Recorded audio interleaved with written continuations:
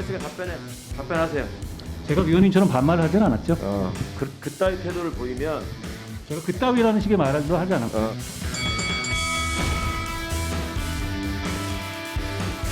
저는 또 하나 물읍시다. 저의 형사 사건의 가해자인 위원님께서 형사가 저한테 이런 질문하는 것 자체가 이상하다고 생각합니다. 공수처에서 지금 기소한 사건에 대해서는 그런 식의 논법이라면 백이 가해자고 내가 피해자죠. 하면 안 백이요? 되고요. 자, 100이라고 말씀하셨어요?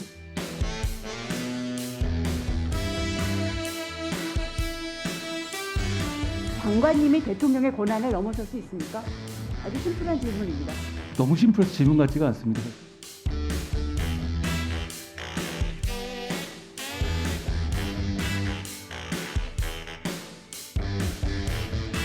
특별감찰관 추천 절차를 시작할 것을 국민의힘에 제안합니다.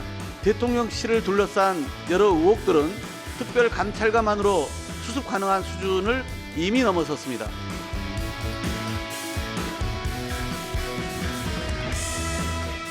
민주당은 특별감찰관 임명 주장에 앞서 문 정권 5년 내내 자행된 법 위반과 직무유기에 대해 국민 앞에 사과해야 합니다. 무엇보다 하루빨리 세 개 기관에 대한 국회 추천 절차를 밟아야 합니다. 네, 여의도 사건건 시간입니다. 오랜만에 오신 분이네요. 김재원 전 국민의힘 최고위원, 김종민 더불어민주당 의원 이렇게 두 분과 함께합니다. 어서 오십시오. 안녕하세요. 산티아고 순례길을 걸으셨다고요. 네. 대구시청으로 못 가시고. 산티아고는 어땠습니까? 그 평소에 많이 생각하다가 정작 현장에 가보니까 걷는 것은 좀 굉장히 좀 힘든데 마음은 완전히 정리되는 그런 느낌이었고요. 시간이 지나면서 뭐 또 한번 가봤으면 좋겠다라는 생각이 들 정도로 아주 그리운 곳입니다. 네. 다음에는 산티아고 말고 어디 공직으로 가셔야죠. 자, 오랜만에 돌아와서 보신 여의도 혹은 용산 한 줄 평을 주신다면 어떤 말씀을 주시겠습니까? 제가 이제 여러 나라를 산티아고 순례길 걷고도 여러 나라를 돌아다녀 봤는데 우리나라 정치만큼 이렇게 저질스럽고 좀 국민들에게 국민들을 아프게 하는 정치는 없다 이런 생각이 들어서 참 제가 다시 또 이 근처에 와서 발을 담근다는 게 참 힘든 지경입니다. 그래도 담그셔야죠. 정치가 뭐 그런 거죠. 정치가 이제 진흙탕 속에서 국민들에게 또 좋은 모습을 보여줘야 되는 그 숙명이기 때문에 뭐 어쩔 수 없다는 생각을 합니다. 네. 자, 바로 내용 들어가죠. 조금 전에 영상 보면 한동훈 장관이 야당 의원들 질의에 어제 국회 법사위 전체회의 장면이었어요. 발언 국무위원이 국회의원 질의에 저렇게 응답하는 거는 거의 처음 보는 것 같은데 어떻게 보셨습니까? 좀 황당해요, 사실. 질문 같지가 않다 이런 얘기를 그거는 이제 뭐 국무위원, 국회의원 관계가 아니고 기본적인 인간적인 예의잖아요.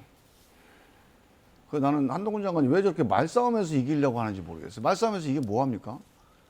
아니 뭐 정치를 하거나 선거할 때는 말싸움에서 이기는 게 좀 도움이 돼요. 아니면 TV 토론 나와서 뭐 서로 막 논리 싸움 할 때. 뭐 그것도 사실 의미가 없는 건데 말싸움 이기는 게 아니라 그 들은 사람들은 신뢰받는 게 핵심이거든요. 저 듣는 사람이 한동훈 장관 신뢰하겠습니까? 뭐 일부 이거 시원하게 싸웠다 이런 사람 일부 있겠지만 그거 부질없는 거예요. 저는 국민들한테 신뢰를 얻는 쪽으로 장관이 됐잖아요. 국무위원이 됐으니까 국민들한테 신뢰를 얻는 쪽으로 머리를 써야 돼요. 머리 좋다고 그러니까 좀 그쪽으로 머리를 좀 썼으면 좋겠어요. 왜 자꾸 말싸움에서 이기려고 하는, 버티려고 하고. 네. 근데 조금 전에 이제 화면에는 최강욱 의원 얼굴이 지금 계속 노출이 됐는데 최강욱 의원이 이제 이해충돌 소지가 있기 때문에 좀 문제가 있지 않냐 이런 지적도 여당을 중심으로 나오는 것도 사실입니다. 한동훈 장관도 지속적으로 그 발언을 했었고 그 문제는 좀 어떻게 보고 계세요? 그러니까 지금 우리 저도 법사위를 4년 하면서 법사위원 중에 이해충돌 소지가 있는 경우가 되게 많아요. 그때 뭐 법사위원장님도 그랬고 법사위원들 중에 여러분이 있었는데 그럼에도 불구하고 그게 실질적으로 발언이나 아니면 어떤 표결에 직접적으로 반영되지 않도록 각자가 조심하는 뭐 이런 정도 수준에서 넘어왔거든요. 그래서 사실은 저는 문제 제기는 뭐 가능하다고 봐요. 그런 문제가 있다 또는 이런 걸 하지 말자. 근데 실제로 이제 그동안의 관행적으로 보면 법사위원들 중에서 기소됐거나 아니면 혐의가 있거나 재판을 받거나 하는 분들이 많이 있어서 최강욱 의원한테만 유독 당신 빠져라 이렇게 하기는 좀 정당성이 떨어지고 그런 거 정도는 뭐 법사위에서 간사간 합의라든지 아니면 원내대표 간에 합의를 해서 앞으로는 이렇게 하지 말자 이런 합의가 있다면 모를까 최강욱 의원 개인에게 하는 건 조금 최강욱 의원 억울할 수가 있어요. 그래서 저는 그 점에 대해서는 지적은 일리가 있으나 방식을 최강욱 의원 개인을 향해서 공격하는 방식으로 가는 거는 저는 맞지가 않다. 그거는 여야 원내대표 간에 국회 운영을 앞으로는 이렇게 개선하자. 이렇게 합의를 해서 정리하는 게 좀 좋다고 봐요. 네. 산티아고에서 돌아온 김재원 최고는 어떻게 보십니까? 근데 이제 장관이 그 국회의원을 상대로 질문 답변을 할 때는 국회의원 개인의 뭐 자질 또는 국회의원 개인의 입장에서 질문하거나 그에 대해서 장관이 답변하는 것이 아니고 국민의 대표가 질문한다. 그래서 나는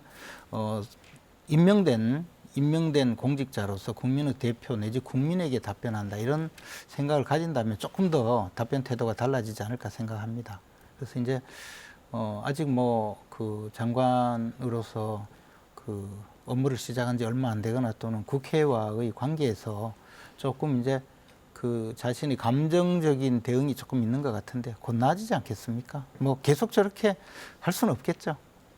처음 보는 그림이라 그러니까 지켜보고 있으면 좀 재밌기도 하고 한편으로는 장관, 국무위원하고 국회의원 저렇게 할 수도 있구나 처음 보는 상황이라서 근데 한편으로는 왜 저러지 싶은 생각이 드는 것도 사실이긴 합니다. 이제 저런 경우에 또 지지자들이 통상 우리나라에서 장관에 대해서 뭐 팬클럽이 형성되거나 이런 게 굉장히 드물었는데 과거 이제 조국 전 법무장관의 경우에는 상당한 팬덤 내지 지지자들이 있었지 않습니까? 근데 지금 제가 보기에 그 한동훈 장관에 대해서도 좀 그런 경향이 있어요. 그래서 그분들이 이제 뭐 환호하고 또 이런 면은 있는데 거기에 자꾸 몰입되다가 보면 좋지 않은 결과가 떠올 수가 있죠. 네. 그 좋은 말씀 해주셨는데 저는 저 팬덤에 대한 유혹 이걸 떨쳐버려야 되는 게 우리 연예인이 아니잖아요. 스포츠 선수나 연예인은 100명이든 1000명이든 10,000명이든 그 팬들이 순수하게 지지하는 게 의미가 있어요. 근데 정치인은 국민 다수의 지지를 받아야 되는 게 직업이에요. 자기가 좋아하는 사람 1000명, 10,000명 지지 갖고는 안 됩니다. 그건 정치인의 그러니까 본 길에서 탈선하는 거예요. 더 많은 다수의 국민의 지지를 받는 쪽으로 정치하고 노력을 하는 게 임무거든요. 그래서 자기를 지지하는 팬덤의 목소리와 그 팬덤의 요구를 의식하고 하다 보면 반드시 국민의 지지를 받는 정치에서 벗어나게 돼요. 그 한동훈 장관이 그럼 잘못된 길로 가고 있는 거예요, 지금. 그 지금이라도 빨리 돌이켜야 됩니다. 네. 직무 수행에 여러 방향이 있을 텐데 어느 길로 가는 게 정말 국민을 위한 봉사인지 좀 보시죠. 자, 특별감찰관 문제는 어떻게 합니까? 그러니까 특별감찰관을 하루속히 임명하자 여기에는 이견이 없는 것 같은데 여당에서는 북한인권재단 이사들과 같이 추진해야 된다 이런 입장이에요. 왜 그렇게 가야 됩니까? 뭐 통상적으로 이제 여당에서 그 어떤 그 의사결정을 할 때 야당과 협의를 할 때 또 연계를 시키는 경우가 있죠. 그것은 야당도 마찬가지로 그렇게 합니다. 근데 이제 북한인권재단의 경우에는 북한인권법에 의해서 벌써 임명을 해야 되는데 오랫동안 민주당이 뭐 여당 시절부터 임명하는 것을 방해하고 결국은 법의 취지를 그 왜곡시키고 또는 또 더 나아가서 뭐 사실 북한의 인권을 좀 어떻게든 증진시켜 보려는 우리나라 또는 국제사회의 노력을 지금 방해해 왔거든요. 그러니까 차제에 좀 이런 그 인권재단 이사도 임명하자는 것인데 특별감찰관 문제는 사실 문재인 정권에서는 아예 뭐 임명을 하지 않았잖아요. 5년 동안. 저것도 사실 문제라고 생각합니다. 법을 만들어서 그만큼 특별감찰관 임명하자고 그 민주당이 주장하고 그것을 가지고 또 많은 또 정권 획득에는 도움까지 받았거든요. 그러나 정작 자기들이 정권을 잡았을 때는 특별감찰관 임명을 하지도 않고 피해 다니다가 이제 와서 또 특별감찰관 임명하자고 하거든요. 그러니까 이제 대통령 입장에서는 그게 그 특별감찰관 법에 의해서 국회에서 3명을 추천하면 그중에서 대통령이 1명을 임명하게 되어 있거든요. 그러니까 국회에서 좀 추천해달라 이렇게 하는 것이고 민주당은 지금까지 특별감찰관을 자기들이 정권을 잡았을 때는 임명하지 않다가 이번에 임명하려고 하니까 여당 입장에서는 그러면 잘 됐다. 북한인권재단 이사도 함께 임명하자 이런 뭐 제안을 한 것인데 앞으로 협상 과정에서 뭐 어떻게 좀 달라질지는 모르겠지만 저는 좀 하루속히 이런 그 법으로 그 강제되어 있는 그런 기관은 제대로 임명을 해서 정상 궤도에 올리는 것이 맞지 않을까 생각합니다. 아무튼 임명하도록 되어 있는 거는 차제에 함께 해나가는 게 좋지 않겠냐라는 말씀이시고. 저는 좀 정치가 좀 어른스러워졌으면 좋겠어요. 이거 아이들을 무슨 소꿉장난하는 것도 아니고 뭐 네 거 하나 주면 내 거 하나 줄게 이렇게 정치를 할 만한 사안이 아니에요. 이런 사안. 이건 둘 다 해야 되는 사안이잖아요. 그래서 저는 둘 다 하는 게 맞습니다. 그런데 이제 문제는 그 사람을 추천했을 때 그 사람이 적격이냐를 놓고 이제 논쟁이 있을 수 있잖아요. 그래서 이건 둘 다 패키지로 할 사안이 아니고 각각 이 적격인지에 대한 판단 과정이 필요한 거기 때문에 이건 독자적으로 판단을 거치는 게 좀 맞다고 봐요. 그래서 이거를 한꺼번에 하자. 이거는 저는 뭐 바람직하지가 않다고 보고. 근데 둘 다 빨리 해야 됩니다. 우리 당도 인권재단 이사를 뭐 그 사람이 정말로 부적격이다. 그러면 국민들한테 아 이건 아닙니다. 다른 분들로 했으면 좋겠습니다라고 호소할 필요는 있는데 이거 자체를 막아서는 안 된다. 저는 그런 입장이고요. 특별감찰관 문제는 제가 잘 이해가 안 가는 게 권성동 대표가 마치 이거를 민주당한테 무슨 뭐 선물을 주는 것처럼 생각하는 것 같아요. 근데 난 이게 이해가 안 가요. 특별감찰관은 우리 민주당의 이해관계와 관계가 없어요. 윤석열 정권에게 필요한 겁니다, 이게. 이 특별감찰관을 만들면 어떤 일이 벌어지냐면 사전에 걸러요. 문제가 있는 걸. 뭐 김건희 여사라든가 윤 대통령이라든가 주변에 또는 대통령실 주변에 비위라든가 아니면 구설수를 사전에 경계하고 조심하는 효과가 있어요. 그러니까 사전이 백신 예방 주사거든요. 근데 예방 주사를 자기 위해서 맞는 거지 뭐 남 위해서 맞는 겁니까? 이거 안 하면 어떤 일이 벌어지냐? 특검하는 거예요. 나중에 일 벌어지고 사고 난 다음에 특검하는 거니까 특검은 민주당한테 이건 일종의 재료가 정치적인. 그래서 특검을 민주당이 주장하는 건 있을 수 있지만 특별감찰관은 윤석열 정부가 먼저 하겠다고 해야 되고 윤석열 정부를 위해서 필요한 거니까 이걸 줄게 뭘 줘라 이렇게 거래하려고 하지 말고 하시고 북한 인권재단 문제는 그렇게 하면 당연히 민주당이 이걸 안 하면 국민들한테 우리가 비판받지 않겠어요? 그렇게 해서 정치를 좀 대승적으로 풀어갔으면 좋겠어요. 아니 근데 특별감찰관이 그렇게 좋은 효과가 있는데 왜 문재인 정권 5년 동안은 결국 그걸 안 했죠? 그때는 뭐 과반수 의석도 가지고 있고 얼마든지 임명할 수 있었는데 특별감찰관 임명하지 않았잖아요. 그러니까 결국 대통령 아들, 딸들이 전부 문제가 제기되고 수사가 되고 그래도 뭐 이리저리 요리저리 다 빠져나갔잖아요. 그러니까 그렇게 좋은 일을 왜 안 했어요? 저는 말씀하시는 것을 들으면서 좀 헛웃음이 나는데 만약에 그러면 특별감찰관을 문재인 정권에서 먼저 그 임명을 했으면 지금 이런 논란이 되겠습니까? 또 하나는 북한인권재단 뭐 하겠다고요? 그거는 왜 5년간 안 했습니까? 지금까지 전부 다 이렇게 말씀하시는 것을 들어보면 그럴듯하게 겉만 번지르르하게 이야기하는데 내용은요 결국은 똑같아요. 특별감찰관은 어떻게든 임명을 해서 그다음에 정치적으로 활용해 보자는 그런 속내가 보이는 거고 인권재단은 이번에 또 안 하려고 발버둥 칠 거예요. 북한 인권을 왜 그렇게 두둔하시는지 모르겠어요. 북한 인권 그 문제 제기하는 그런 인권재단이 그렇게 겁이 납니까? 민주당 입장에서? 난 그것도 이해가 안 가요. 아니요, 그건 아니고요. 뭐 북한 인권 관련해서 우리가 적극적으로 대응하자 뭐 좀 동의합니다. 그래서 그 문제는 큰 쟁점은 아니고 특별감찰관 문제는 저는 이제 우리 문재인 정부 때 이걸 했어야 되는데 안 했다. 뭐 그거 비판하는 건 좋습니다. 그 일리가 있는 지적인데 솔직히 결과적으로 그래서 문재인 정부가 뭐 비리가 있다. 그거는 동의하기 어려운 게 특별감찰관 정도가 아니고 초 특별감찰관 윤석열 감찰관이 있었잖아요. 엄청나게 그 청와대와 문재인 정권을 전 검찰을 동원해서 감시했지 않습니까? 무슨 더 특별감찰관이 필요해 사실. 그래서 그거를 하지 말자는 게 아니라 안 한 것은 문제가 있으나 그래서 무슨 뭐가 있었다. 그건 아니고 윤석열 검찰총장이 특별감찰관 곱하기 한 10명 목선했기 때문에 뭐 큰 문제는 저는 없었다고 보는데 문제는 이제 이렇게 봐요. 지금 전임 정부가 안 했다는 얘기를 하는 거 비판하는 건 좋습니다. 그건 뭐 우리가 달게 받을 수도 있어요. 근데 문제는 윤석열 정부예요. 지금 해야 돼요. 야, 전임 정부 안 했으니까 우리도 안 해도 돼. 이거 안 통합니다. 그래서 지금 제가 걱정해 주는 거예요. 그래, 문재인 정부 공격하는 거 좋아요. 그렇다고 윤석열 정부 지지도가 안 올라갑니다. 지금이 대선이 아니에요. 이어 집권했습니다. 집권한 사람이 할 일 안 하면 심판받게 돼 있어요. 야, 옛날에 문재인도 그랬어? 안 통합니다. 아니 그래서 지금 대통령실에서는 국회에서 추천하면 임명하겠다고 하는 것이고 국회에서 추천해 달라는 것이고 여야 간에는 그 북한인권재단하고 같이 임명하자고 하는 거잖아요. 그러면 실제로 그렇게 해주면 될 텐데 거기다가 방금 말씀하신 무슨 윤석열 총장이 감시 역할을 했다고 했는데 감시 역할을 하려고 하니까 총장 권한을 박탈하고 지휘권도 못하게 행사하지 못하게 만들고 또 수사하는 검사들 지방으로 다 쫓아내고 그러다가 안 되니까 결국은 검찰 수사권 전체를 지금 박탈해서 이렇게 끌고 왔잖아요. 아니 문재인 정권은 뭐가 겁이 나는 게 그렇게 많아서 검찰 수사할까 봐 그렇게 두려워하고 이제 와서는 법까지 개정해서 검사들 수사 못하게 만들고 그렇게 하고는 또 특별감찰관은 임명하자고 하는지 저는 빨리 특별감찰관도 임명하고 뭐 잘못된 거 있으면 전부 다 수사를 해서 처벌하면 좋을 것 같은데 북한 인권 문제는 나오면 저렇게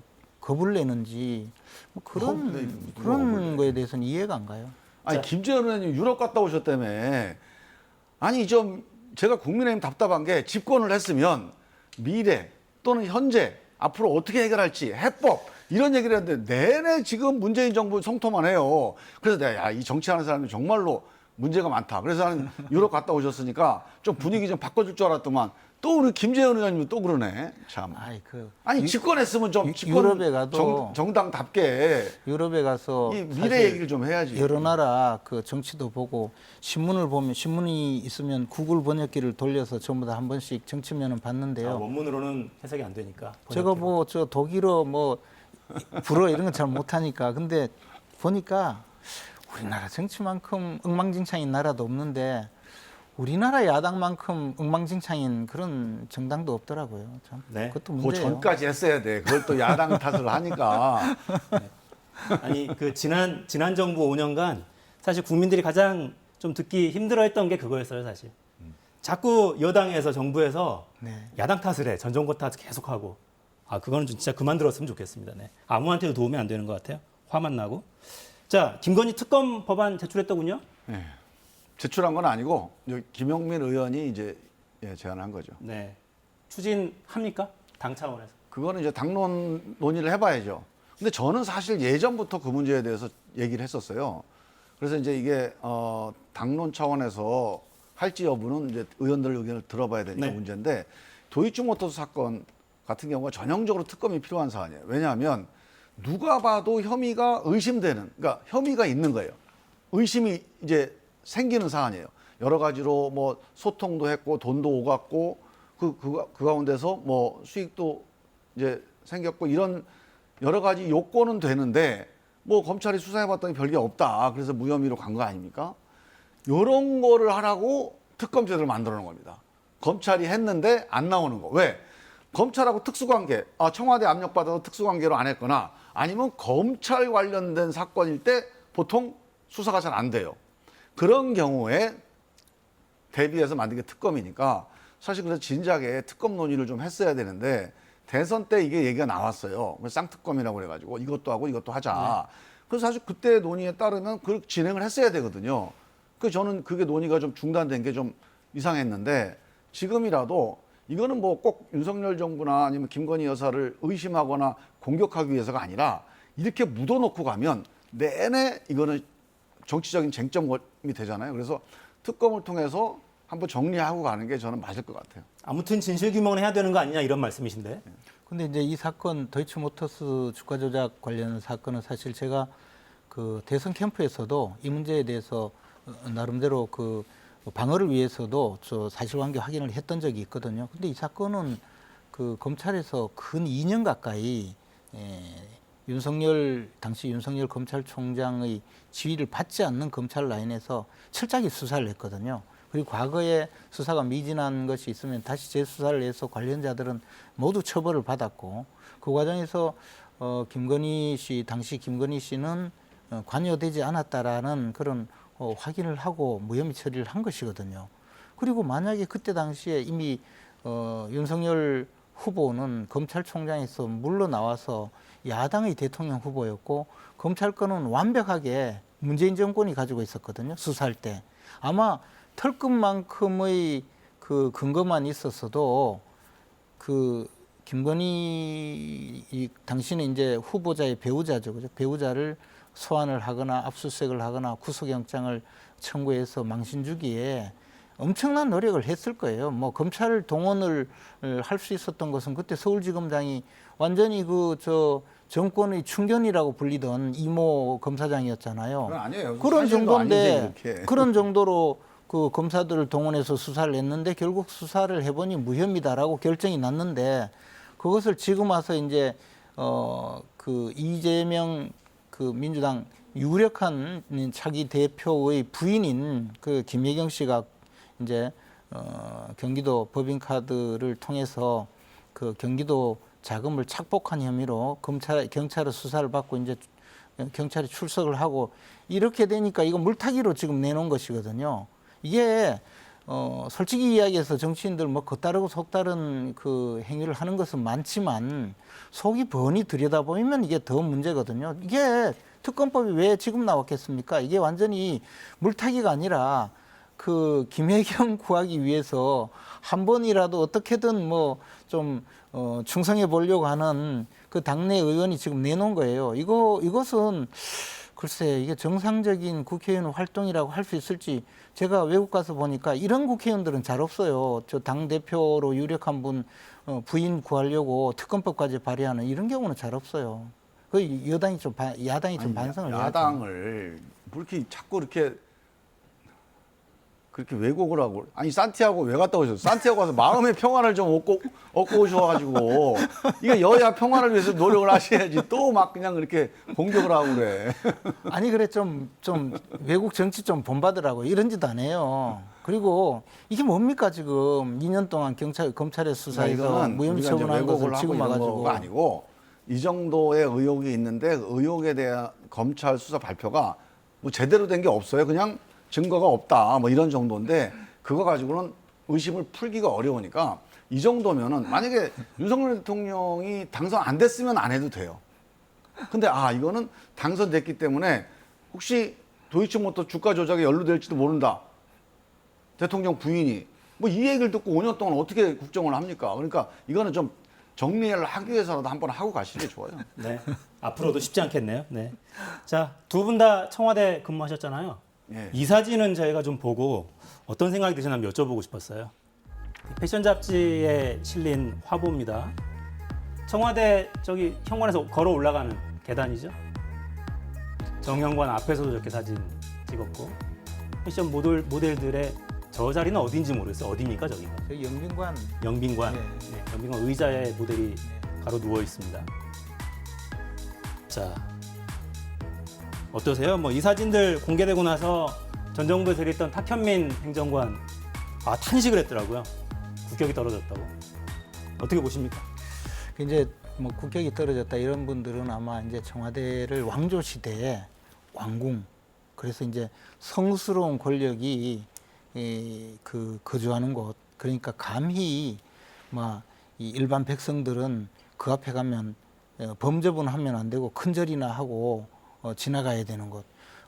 예를 들어 중국의 자금성이라고 하면 그 자자는 그 북극성을 말하거든요. 금은 금지된 곳. 그래서 이제 아무도 들어갈 수 없는 곳 이런 의미이고 우리나라도 뭐 구중궁궐 이랬잖아요. 지금 그런 개념으로 생각을 하는 거예요. 저 청와대 건물을. 그러니까 불경스럽게 모델이 가서 사진이나 찍고 이것을 외국에 보내고 이게 말이 되냐 뭐 이런 취지인 것 같아요. 근데 지금 이제 청와대를 개방하면서 우리나라 관광의 명소를 알리는 하나의 방법으로 저런 모델이 뭐 한국에 방문하세요 하는 그런 화보를 촬영한 것 아니겠습니까? 그러면서 이제 우리가 이제 지금까지 대통령궁으로 사용하던 이 청와대를 개방한다라는 것을 보여준 것인데 글쎄요, 저는 이제 점점 대통령이 권위주의 시대에서 국민 속으로 내려오고 국민과 소통하는 이런 의미로 본다면 상당히 파격적이고 좀 국민들에게도 청와대를 더 방문하기 쉽게 만드는 그런 효과가 있지 않을까 저는 좋게 봤습니다. 저 화보를 보시고도 그렇게 얘기하시는 거예요, 지금? 참. 아니, 저는 이게 청와대를 개방한다. 구중궁궐이 아니라 우리 서민과 국민과 함께하는 청와대. 뭐 이거는 100번, 1000번 찬성이죠. 그 전에 대통령도 다 그런 마음으로 국정을 했을 겁니다, 아마. 그래서 저는 자, 청와대가 이제 비었으니까 국민들한테 관람도 시키고 누구나 자유롭게 와서 아, 옛날에 대통령도 어떻게 업무를 했는지 보고 뭐 이거를 관광지로 활용하는 것까지는 저는 좋다고 봐요. 이걸 뭐 우리가 뭐 무슨 뭐 특별한 문화재처럼 이렇게 보호하고 가로막고 뭐 안 보이게 하고 이럴 필요 없죠. 근데 그래도 이게 대한민국 역사가 여기 숨쉬고 있는 데 아닙니까? 우리 국민들의 힘, 그러니까 땀과 어떤 눈물 또는 마음들이 다 모아서 투표해서 당선된 대통령이어서 국민들 국정을 했던 데예요. 거기에 걸맞는 스토리로 연결을 시켜서 관광을 해야지. 저걸 이게 패션을 제가 무시하는 게 아니라 패션 약간 저렇게 노출이 심한 패션에 활용하는 거는 저는 안 맞는다고 봐요. 이게 국민들한테 그냥 일반 국민 정서에 국민들 자존심 상하지 않겠나 그런 생각이 듭니다. 네. 생각이 이것도 완전히 다르시네요. 네.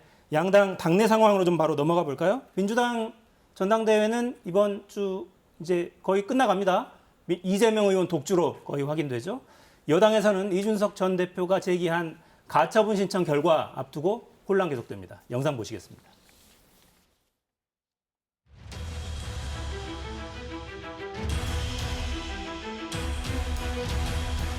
황제 본인이 직접 검찰사랑 싸울 수밖에 없는 상황이 된 거죠. 근데 그랬을 때 황제가 자신감이 없으니까 뭘 했냐면은 경기가 시작되기 전에 가가지고 옆구리 한번 칼로 푹 찌르고 시작합니다.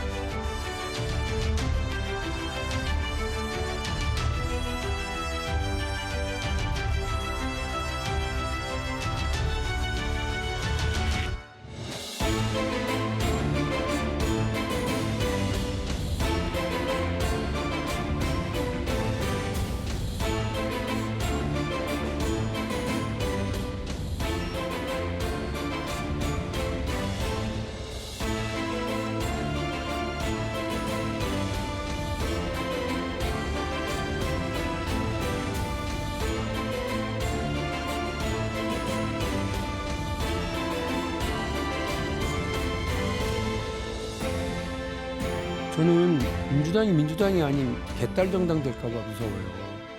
이게 그 지금 청원제도 전당원 투표 이게 되면 1년 내내 당이 시끄럽고 또 한쪽이 독식한 지도부가 여기에 결합이 되면 그냥 강성 목소리와 편협한 주장 이런 것들 때문에 당이 민심과 점점 더 멀어지는